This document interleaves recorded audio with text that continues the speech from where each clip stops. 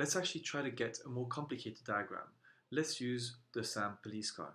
So the SAM police car has got all these blocks that we've already connected for the pickup truck, plus my little light. So I've got everything connected here, and I will bring the screen down so we can see it. Now I'm going to connect them together, and I can see now that I've got my inputs behaving in the way that they were behaving before, so everything moves. I've got the go function, steering function, reverse function, but I've also attached here my iPad to the functions. I can see a representation here, and the car. So let's see what happens if I press on the button. Oh wow, a lot is actually happening here.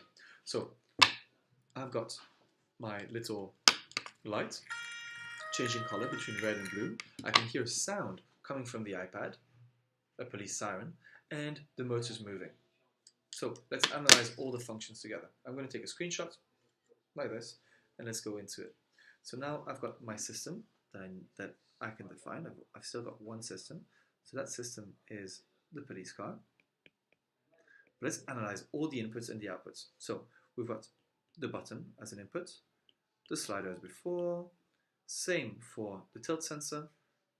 As an output, we've got the iPad, the sound, we've got the light, we've got one motor and two motors. That's 3 inputs,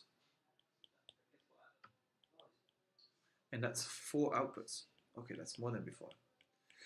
And let's look at the functions. So we have the go function that we knew, and this diagram might look messy, so we'll switch. This drawing might be messy, so we'll switch to the diagram in a second. So we have the go function from the button to the motors. We've got the slider function, the steering function from the slider to the motors as well. We've got the tilt and reverse function from the tilt sensor to the motors. And then the button does actually more things. The button also commands the light. So we've got the police light, blue and red, going from the button, and also the sound function going from the button. So that's 1, 2, 3, 4, 5 functions in one system. So let's save this. I will add a few annotations before we just move. So reverse function is in yellow, steer function is in green. So I'm going back to my diagram here. So I'll add a new diagram, and this diagram will be the police car. So I've got the police car diagram here. How many inputs do I have? I had 3 inputs. Okay, how many outputs? I had about 5. How many systems? It can be a bit of a trick question. I still had only one system. So one system with everything inside, and that system is called the police car. But let's start drawing the diagrams for the inputs. So I've got the button, I've got the slider, and I've got the tilt sensor here. What outputs did I have? I have the 2 motors, 1 and 2. I have the light. I also have the phone. Did I say 5 outputs? I meant to say 4 because we have 5 functions. I'm sorry. So we have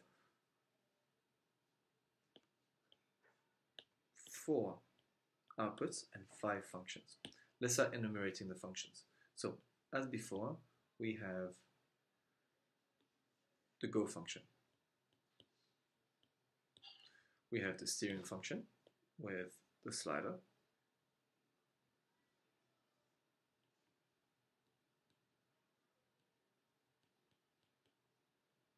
Here.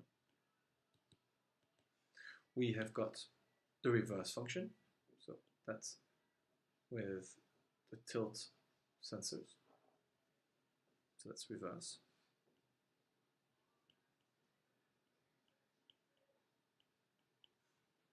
Let's grab this and push it here.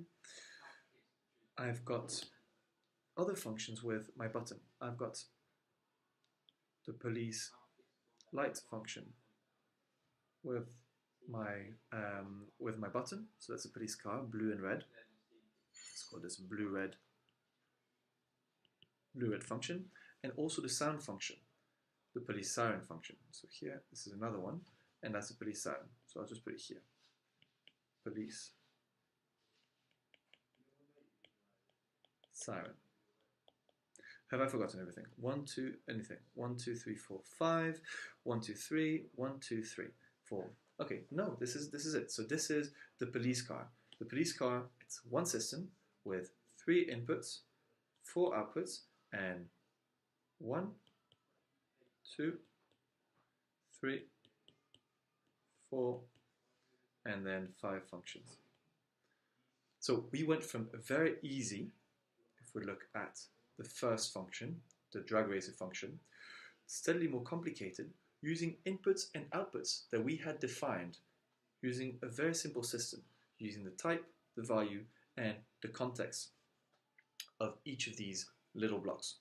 We can now move to the next level, and the next level is using all the functions that we had learned to set up more challenges to our students. So of course, we go forward, and at this point, the challenges don't really grow in complexity with a bulldozer and the space shuttle. It's just new functions that we learn, and we can start asking our students to come up with the diagrams themselves. And then we've got the Your Car, customized car part of the app.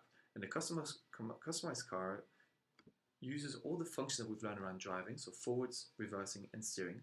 All the functions around the light, so switching it on, blinking, and the police light, and also all the functions around the sound. So we can set up a very simple challenge to our students. We can say, well, for example, I want you to create a system with any sensor actuator that you want that's turning the light a different color.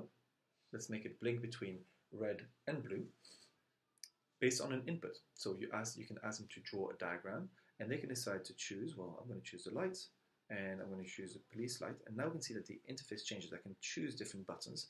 So I'm going to use a tilt block to change the color of the car light. So here, if I tilt it, let's see what happens if I tilt.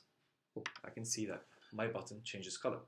I can also say that I want to use more sensors. So I've got the sensors that I know that are here, but I can use the sensors in my tablet. So now I can say that the car should drive forward if I press on this button, and that it should steer depending on the position of my iPad. So suddenly now, I can make my car move depending on how I move my iPad. And I can make sense of the accelerometer and gyroscope in my iPad. I can take a screenshot and create a new diagram with inputs, outputs, and systems, all using the SamSpace app and the Sam Curious Cars app.